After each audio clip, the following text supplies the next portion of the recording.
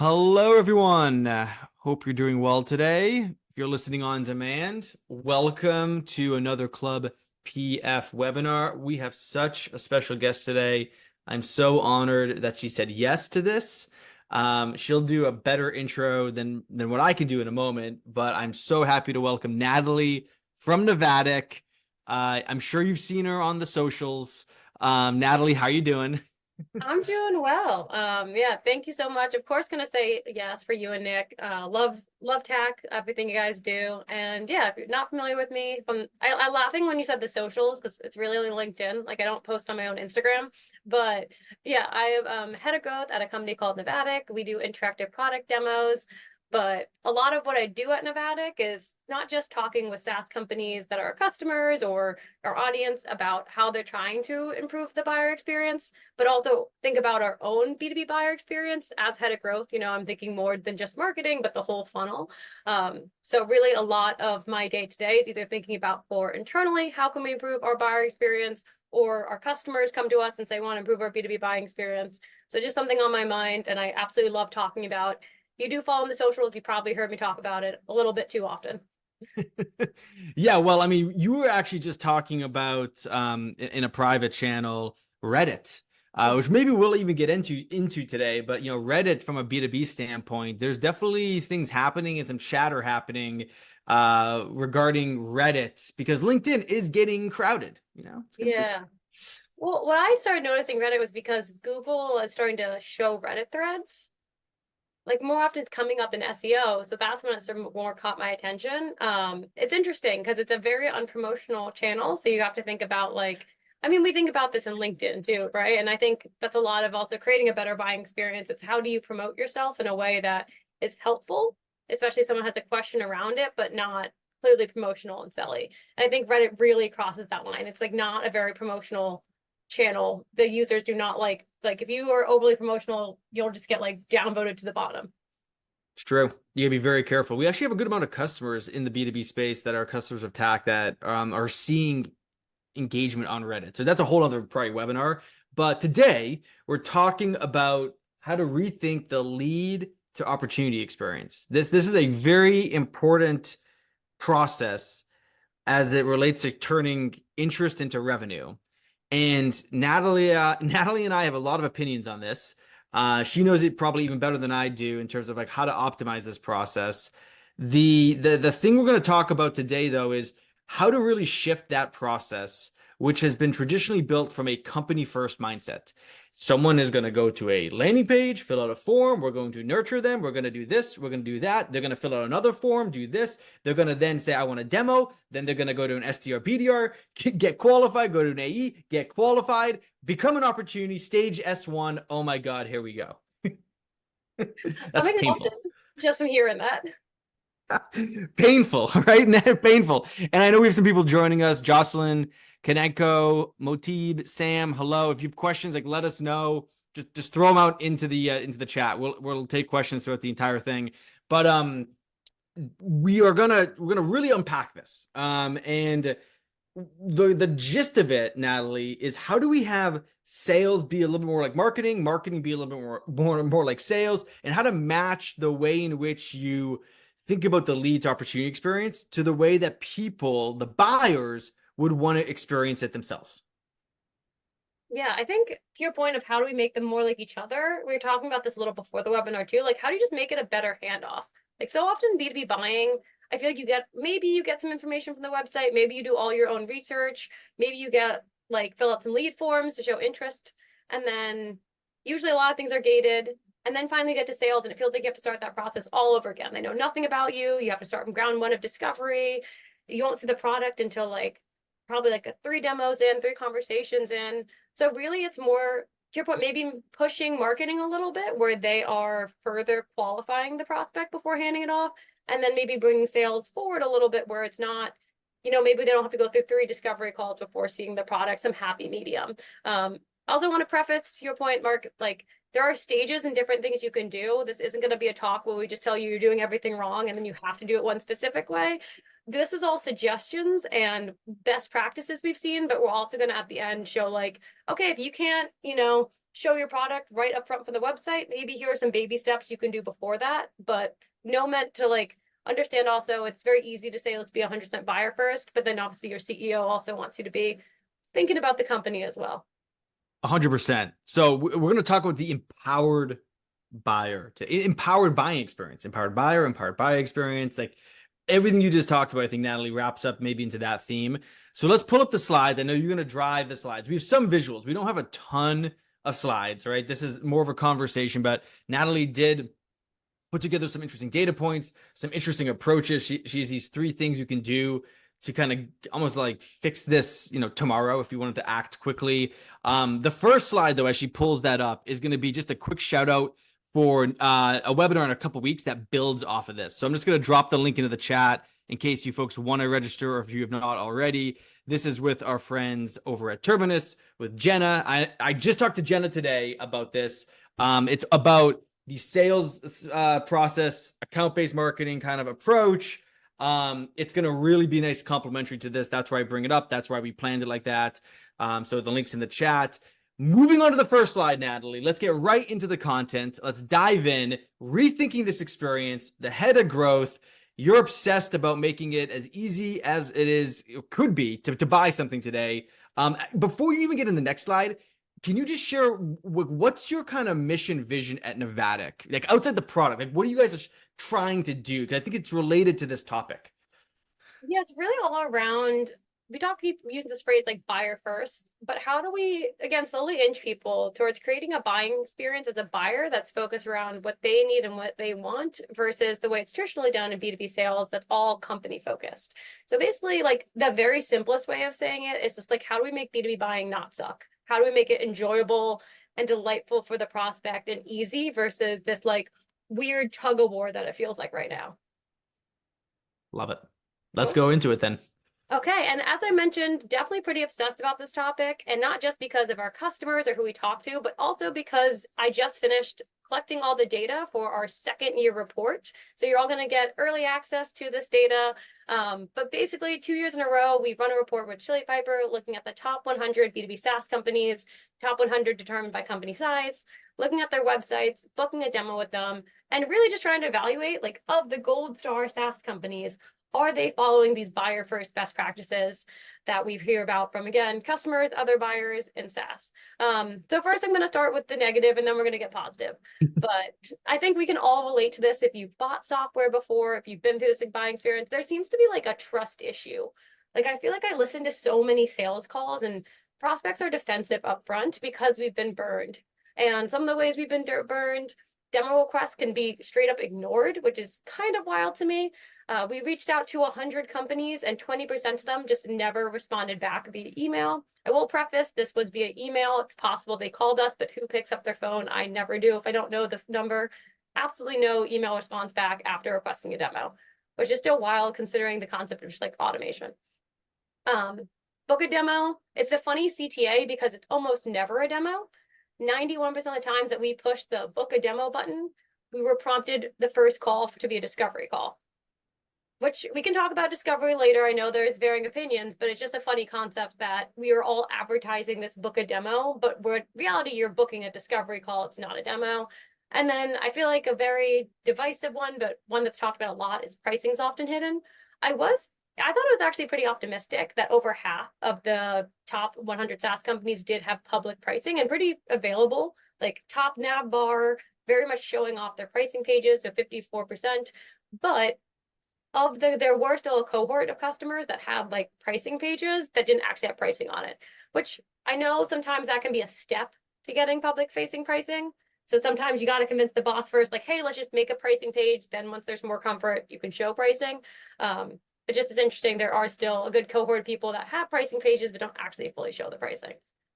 And just to add to this, the other thing that we saw a ton when I was at Drift is it's just also still a very slow process. So great, you request a demo, aka discovery call, interrogation call.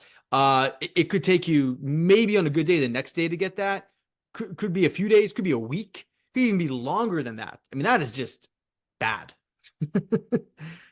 It's just crazy how like long it takes to your point, and then the fact that I just thought it was so interesting that it's just this like universal lie that we all buy into of like, oh, you're gonna get a demo, but it's like, no, it's not actually a demo. I will say some optimism on the time last year when we ran this report. On average, it took companies 2 days to respond to us. This year, it actually was on average same business day.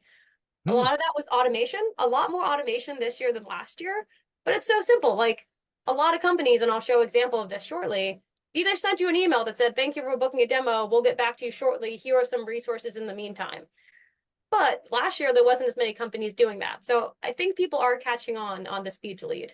Interesting. And then it's also like, you know, why don't so a couple things here. You know, why don't companies for the most part just use a meeting calendar link? So there's, I mean, there's a few different ways you could orchestrate that, right? You could still have the form and then show the meeting calendar. You don't have to have the form and just show the meeting calendar, right? There's a couple other variations of that.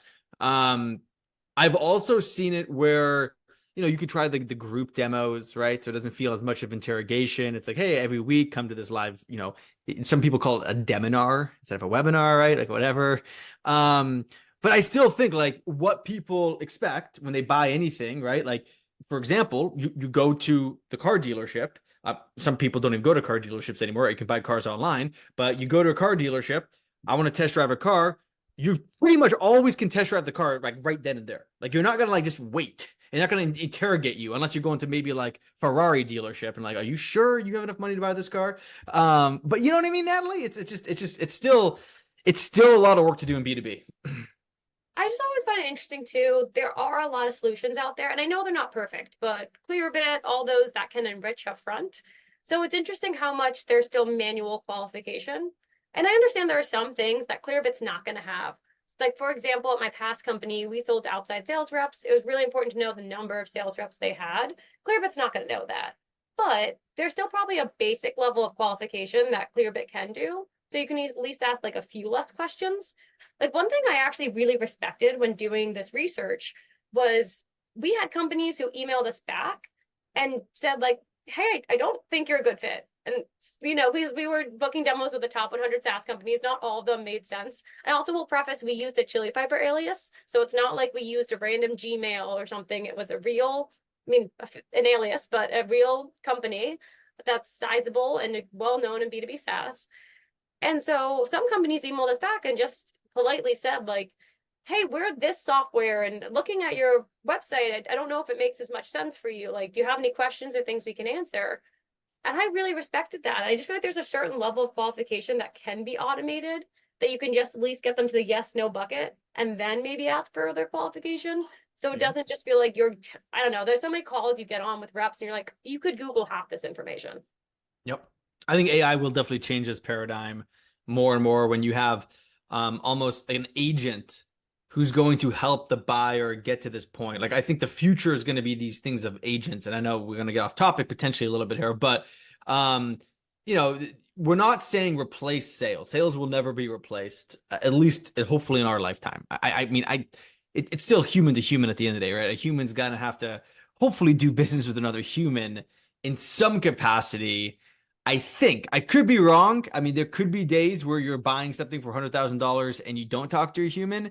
It seems a bit far off at that point. And the reason for that is for most larger scale B2B solutions, Natalie, there is a change management process and exercise that has to take place for that solution to truly be set up for success and for value creation to happen.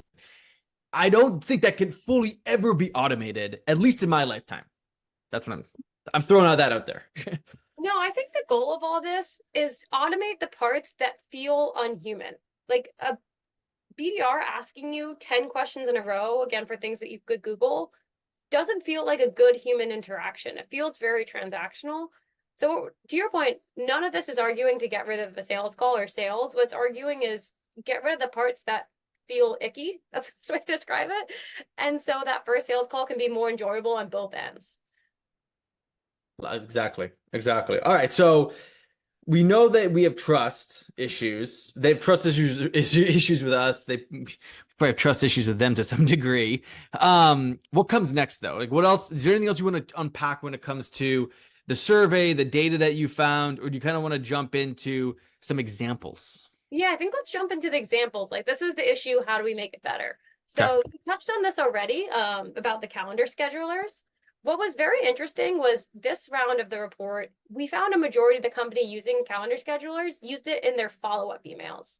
So even if they weren't using it necessarily on the website, um, you could still use it in the email cadence, right? So if you're not comfortable letting anyone book directly with your sales reps or AEs, that's fine. But what I thought was the most successful cadences was, again, first you get an automated email right away, just telling you, hey, we saw you booked a demo. Someone's going to reach out to you. It just kind of gives that reassurance if I wasn't forgotten. This high touch one, I think is a really nice example of it. What I also love is they provide additional resources. This is a CrowdStrike one that also does that. I love also the 3 options, giving prospects options of what they could want to read more about. But it's just a nice way to say, like, hey, even if we have to do some qualification on the back end, obviously they're not saying that, but we all know that's what's happening. You're not being forgotten. Here are some resources in the meantime, and we'll email with you more information. So that's like my biggest tip, and I think something pretty. I don't know why too many companies would object to that, because it's also just like making sure they don't forget you. And then a lot of companies, as I mentioned, would then follow up with an SDR or AE and include the calendar scheduler saying, hey, I'm your point of contact. Nice to meet you. If you want to book time or have any questions, here you go. Yeah, it's interesting. I have a question about this as it relates to the demo side now. What's your take? And maybe you have some data to kind of reference in regards to this question. The take on someone books a demo and then you show them an interactive demo after they book the demo before they get to the demo that's run by a human or the discovery call at the end of the day. Yeah.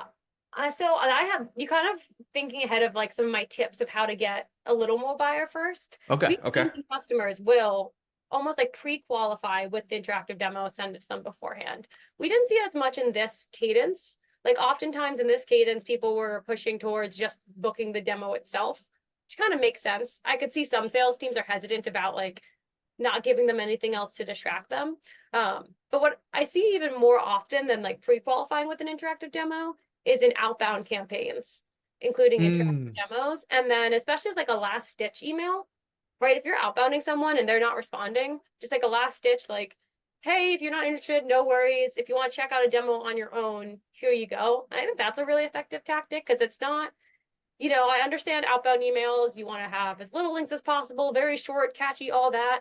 But if they haven't expressed any interest so far, why not let them explore on their own? And then if it sparks interest, then that's one, a signal that they are interested if they go through it. And then you can see what parts of the demo when they went through, and then further outbound with for more like detailed messaging based off of the features or use cases they explored. Love it. Makes total sense. So, but this is specifically what we're looking at now is like how you guys experienced it, how you folks saw it when you were doing the research for this second year report. Yeah, so this was second year report. These are actual screenshots of emails I got. A fake Brandon alias, but that I was looking at the fake alias.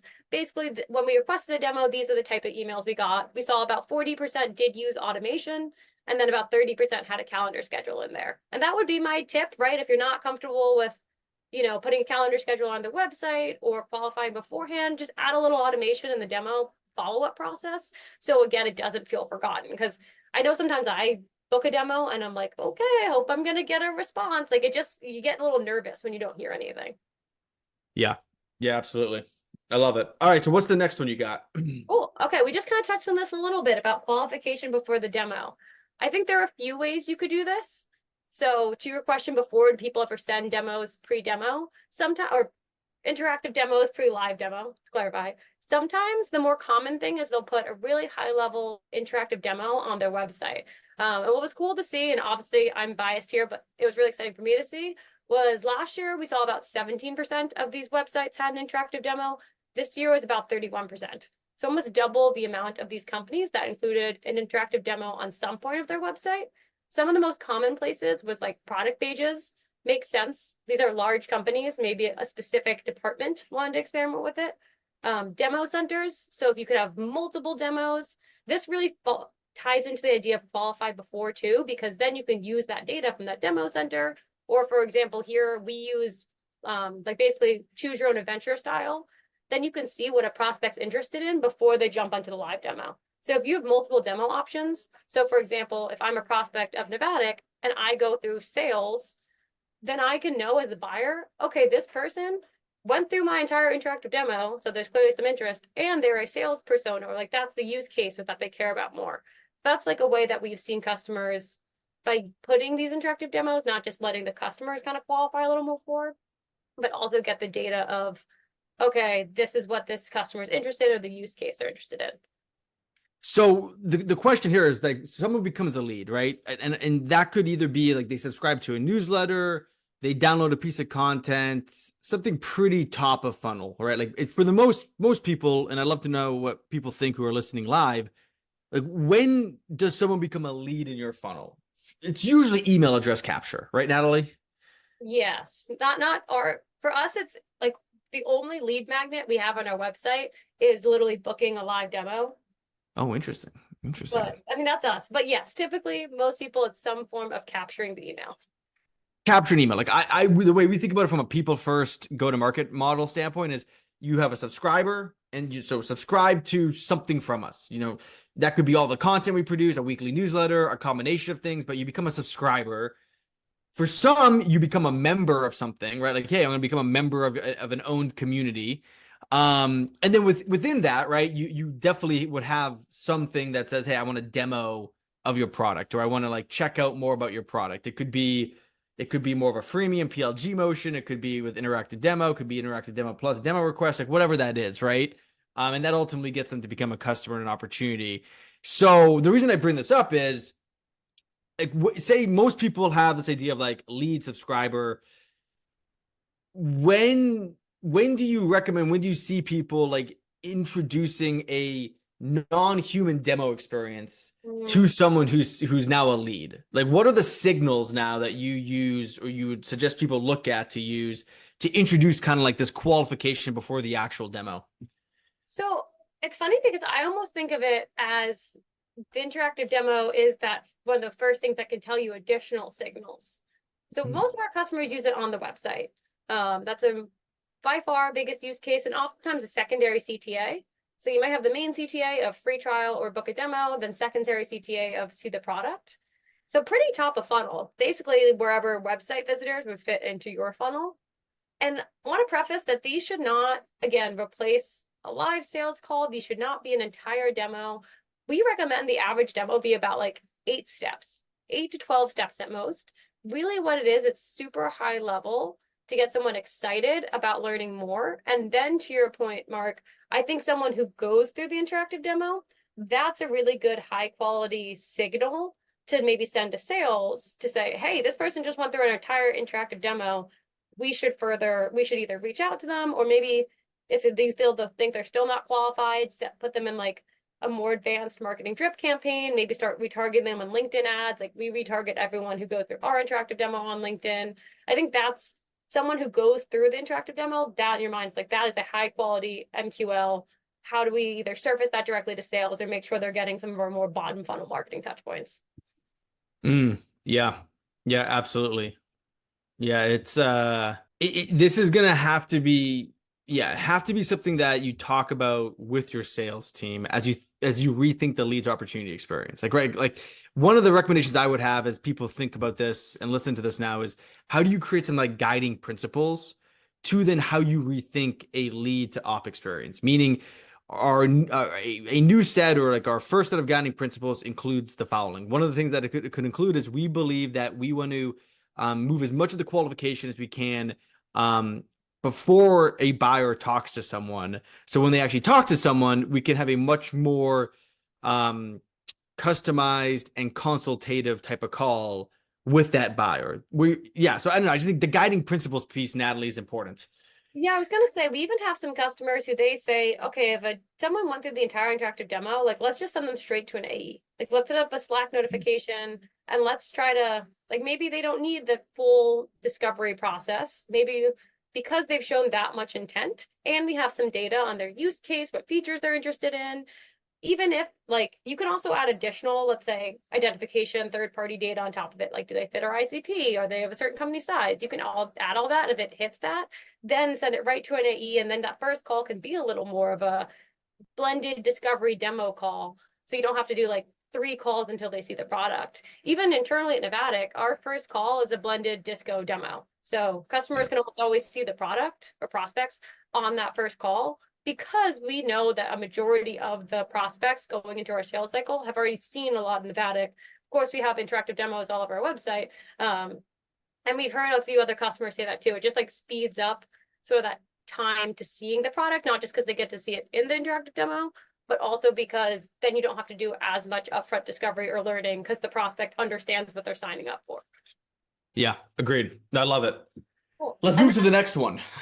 I did So want to go. talk about this real fast because Oh, I sorry. Please, don't know please. more about this. No, I want other opinions, and if people in the chat have it. So another thing that was pretty common in these email sequences was a qualification via email. So about 25% of the email sequences, they would qualify in the email. So you'll see here, like this is an example where they have like 7 or so qualification questions. So if you didn't want to jump on a call, you could just email back and respond, which Hmm. what I like about that is, again, it gives optionality. Like you can either respond back with the questions or book time on my calendar. I will say is as I wasn't even the real prospect, but getting these emails, I was like, oh my God, I have a homework assignment now. Like sometimes it was a little overwhelming, but I like the idea of, again, pushing qualification up. If you do it over the email, you can spend that first call then going a little further. But I wanted to get some other thoughts on this, like qualification via email, Anyone have thoughts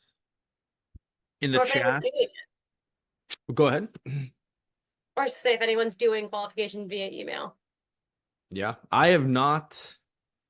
I don't think I've seen that in any of the companies I've been part of. I like it. I think it's my opinion here would be the rule of 3 instead of 7. Yeah, Um, and almost there's some email tools.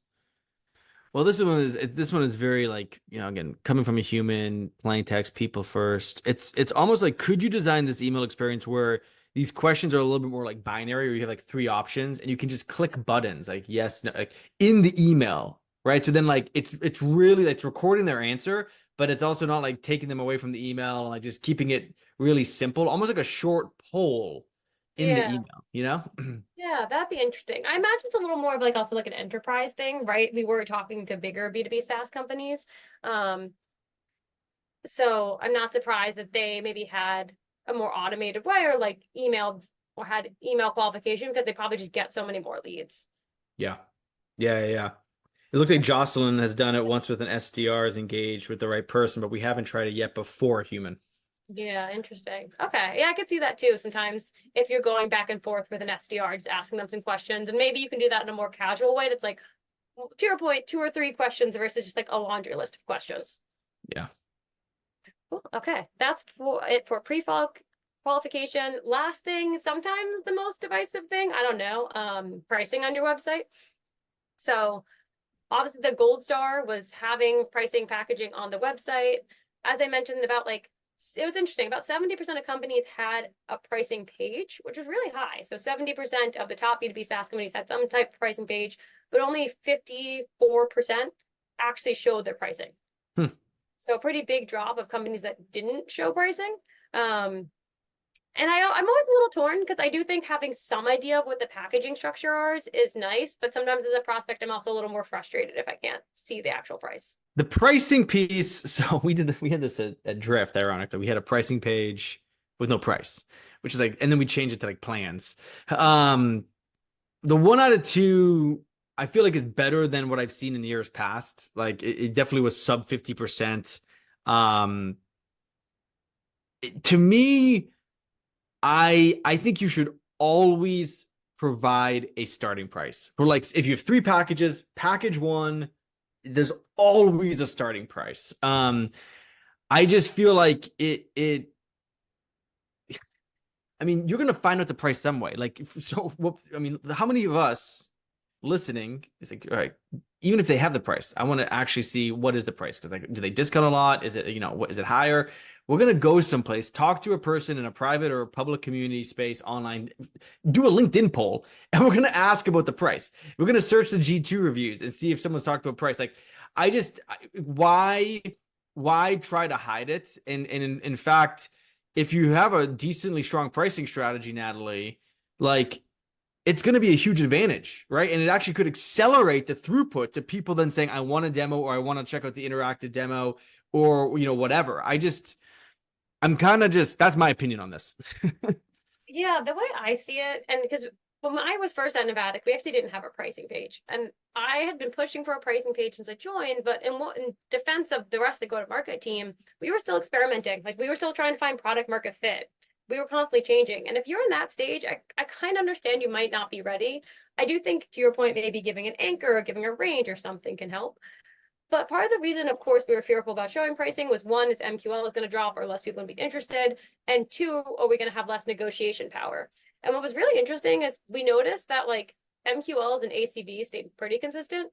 ACVs went down a little bit, but in a weird way, showing pricing actually, like, yes, maybe sometimes you won't be able to quote something crazy and they say yes, which maybe we shouldn't be doing anyways. But it almost helped with negotiation, because before, when we didn't have pricing and someone would say, well, I only have, let's say I only have $5. Obviously, no software is $5. But in the past, you couldn't pull up your pricing and say, okay, well, you might only have $5, but our average cost is $50. So that's not going to work. So I felt like sometimes as the rep, they didn't have as much of a leg to stand on when someone was negotiating, versus having a pricing page. And obviously, we're still happy to be flexible, but you can at least have something to pull to and say, like, okay, well, this is our pricing. You can clearly see it. I'm giving you this discount, but that's as low as I can go. Because like, look at how good of a deal you're getting. Versus when you don't show pricing, I think prospects can pick up on the fact that like it's a little made up and they can try to make up their own pricing then. I'm pretty aligned with that. I like your advice about early stage startups, pre-product market fit, very spot on. Got a couple comments. Yeah, Sam, Yeah, I've been there. what is Sam saying? Oh, just when you like, as a small company, you jump on a demo and you're like, oh no, I can never afford this. Thank you for making me do an entire 45-minute demo to realize that. Yeah, that's awesome. Yeah. Yeah, that like that, it's to that. And as if you're a rep, let's be honest, like you probably, if someone can never afford your pricing, that's a waste of your 45 minutes too. So I think especially as a bigger company, just give some indication. And if you don't want to give indication in the first demo, do it in the email. Or very yet, what I really liked that Toast did was they made it clear that what to expect in your meeting. You will hear pricing. I really like that, because sometimes you jump on that first call and you're like, when am I going to get as pricing? And what's so interesting, again, when I listen to sales calls, is you can tell sometimes prospects are almost scared to ask. They're like, okay, so I want to cover this and this, and like, and if it's okay, pricing. And we're like, we got pricing on our like website. Of course, we're happy to discuss it, but it's because we've all been on those calls where, to Sam's point, they make you sit the entire 45 minutes, and then maybe they tell you pricing, and then you're like, okay, well, I could never have afforded that. So just give some people some indication. If you're not ready for the website, maybe email it to them beforehand so they get an idea. No one's wasting each other's time. And that point you just made is so good because that reminds me of what is a fundamental truth to the entire rethink of lead to opportunity experience, which is expectation setting. Yes.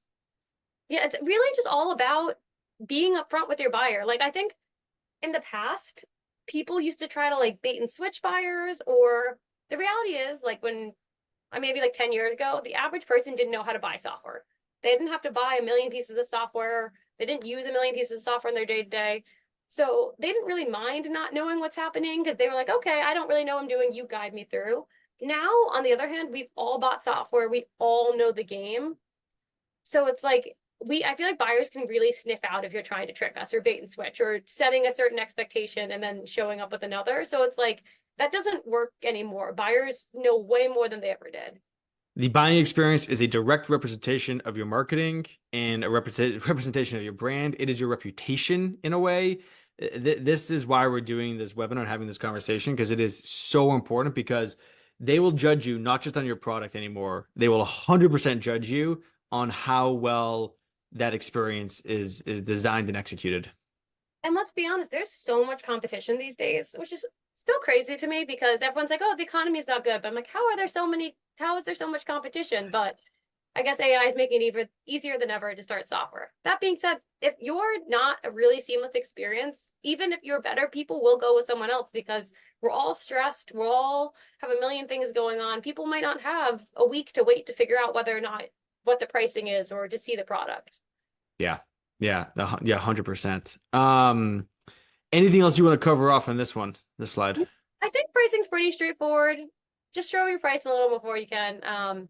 I think last thing, we've kind of touched on a lot of these, but want to go over the simple ways that like I made it like level 1, 2, and 3 that you can implement some of these best practices. Okay. Because whenever people talk about getting buy-in, honestly, I found no matter what it is, easiest way to get buy-in is to slowly nudge leadership there.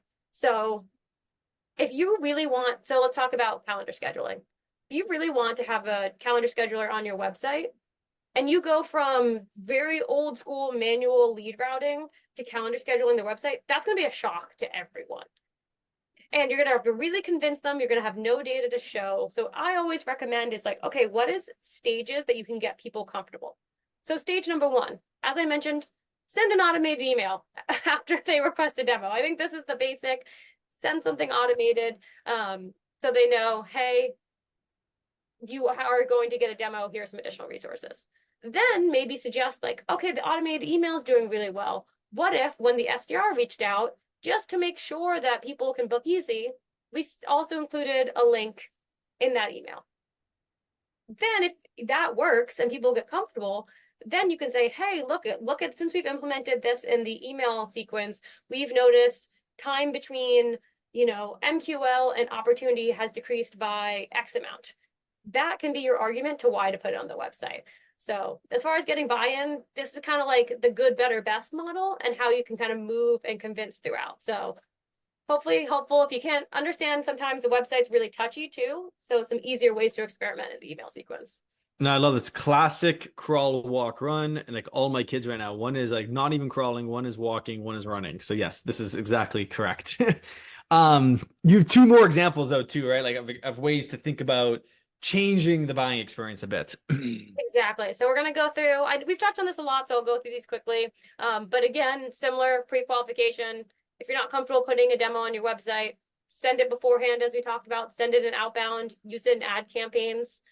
If you do get more comfortable, apologies. There's a mistake in the middle in the level 2. We got them a little crossed over, but if you do get more comfortable, start adding it to your website. And then the ultimate third level is use multiple demos as a way to almost pre-qualify and then use that data to then hand to your sales rep. And before that first call, say, hey, this prospect went through this interactive demo, this interactive demo, and this interactive demo. They're clearly interested in these features or use cases.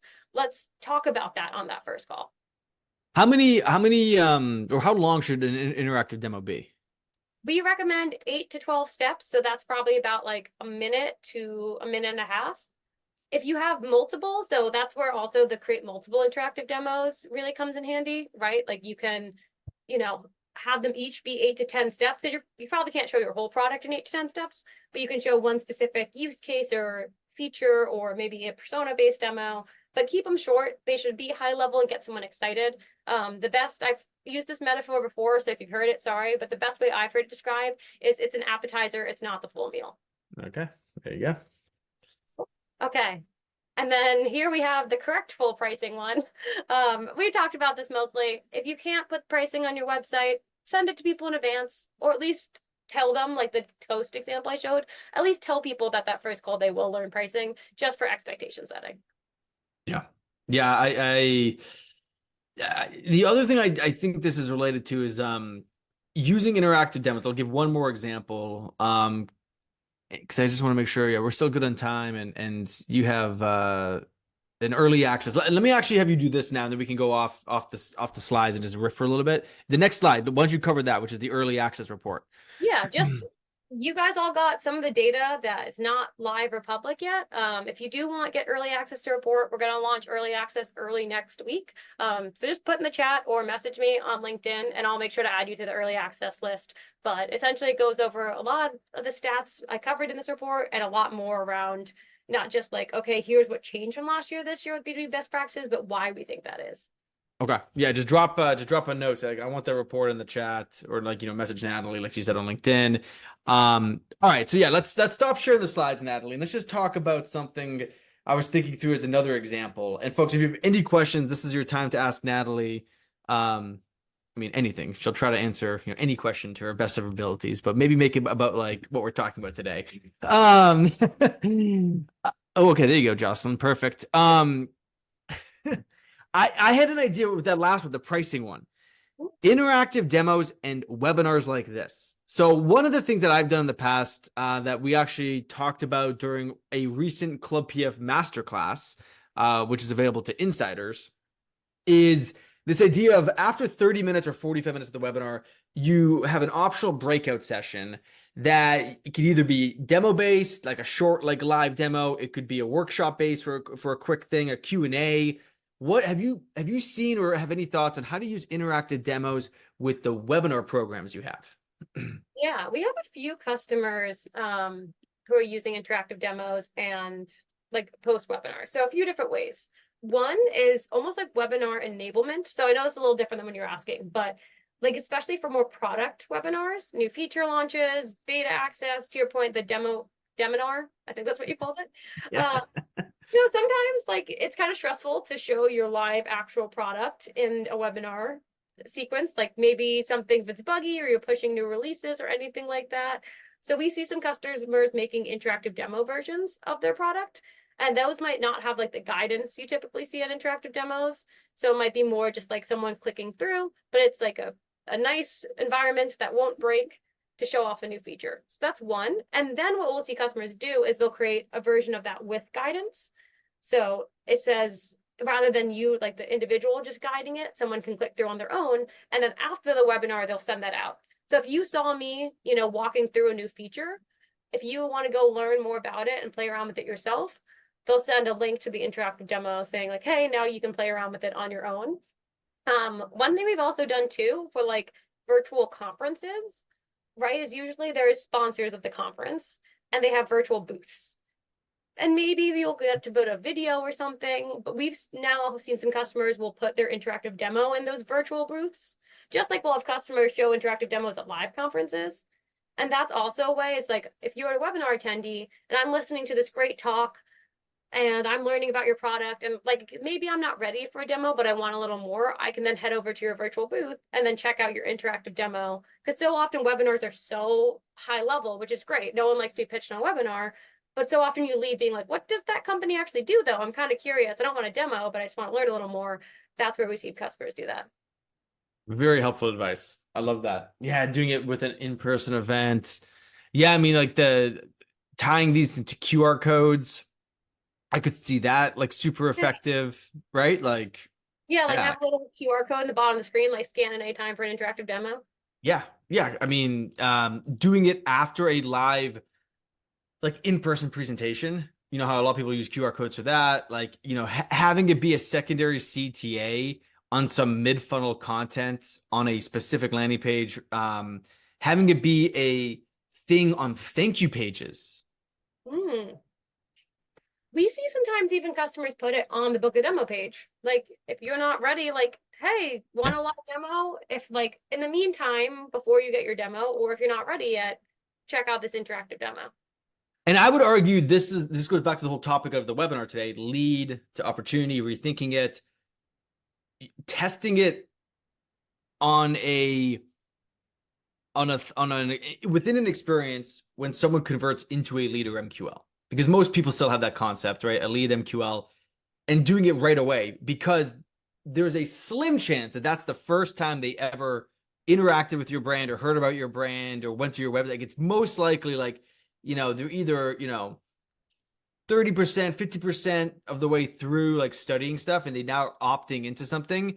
You might be able to just increase that or decrease the time to someone becoming an actual opportunity by presenting this sooner. Any thoughts or data around that, Natalie? Yeah, I mean, we've definitely seen customers say that this is, I don't have a hard stat off back of my mind, but help decrease the sales cycle because to your Yeah. point, it's letting someone qualify a little bit on their own before jumping into that live demo. I think a lot of it, to your point of like, the old model assumes that it's a very linear path and almost tries to like use the product as a carrot. It's like, okay, keep coming down this funnel, and if you finally want to see my product, you'll get to see it after you book a demo. Like, we're worried that someone's only going to be interested if we like hide it from them. This calf, it's saying, okay, I'm going to let you see it up front. You get an idea of, yes, this looks good for you, or no, it doesn't. But then that first call isn't going to be a, hey, can you tell me what you guys all do? Because I love your content, I love your marketing, but I have no idea what you do. It's going to be like, I saw your demo, I understand the basics of what you do. Now I have some very specific questions to go over in this call. So you're, to your point about like speed to opportunity, you can really sometimes eliminate that first high level, what do you do demo, and kind of go straight into the, or even what do you do discovery, and go straight into more of the like in-depth discovery around like what specific use cases are you looking for, like why is now the pain point. Like I think it just makes that first call, as I mentioned, also a little more enjoyable than interviewee. Love it. Love it. Love it. Natalie, thank you so much, folks. Any other last minute questions before we wrap it up for today? Of course, get in touch with Natalie. She'll be in touch with most of you, it sounds like, regarding the upcoming report and study.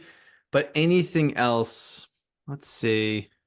No, just in my end, I will message you on LinkedIn about the report, and then also we have just like an ongoing list with everyone on early access. But that early access will be coming out early next week. Ah, so exciting. All right, Natalie. Well, thank you so much for the time today.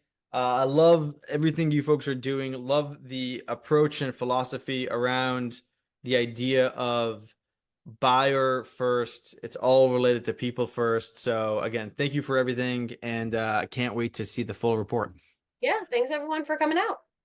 Cheers. Bye, everyone.